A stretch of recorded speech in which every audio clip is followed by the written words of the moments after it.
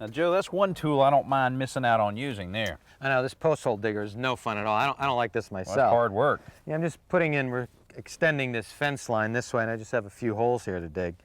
And other than a post hole digger, your only other option is either rent a power auger or hire someone with a power auger to dig the holes, which makes sense if you've got more than maybe 5 or 6, but I've only got a few here, so I'm left to using this medieval tool here. Now, I know you're extending the fence at the same height and so forth, so I know you're using 8-foot 4x4 post, 2 feet in the ground, I guess. Is that how deep you're going? It is. I'm going down 2 feet, and I'll show you how I know that. Oh, okay.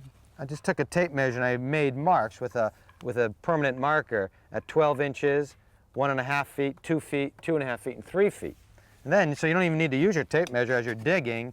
You can see I'm almost at 2 feet right here, so I only got a couple more to go. Oh, that's great. You know, because if you use a tape measure, first of all, it's kind of aggravating to continue to have to keep measuring and measuring, but also dirt from the hole will get in there, and it's no good on the tape measure No, itself. not at all. This works much better. In fact, I'll show you. I've got a shovel there. Oh, okay.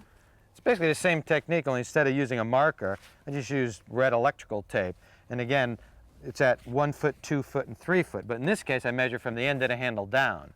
So when you're transplanting a tree or a bush, you can just turn the shovel upside down and stick it in the hole. I thought you were just decorating up your shovel.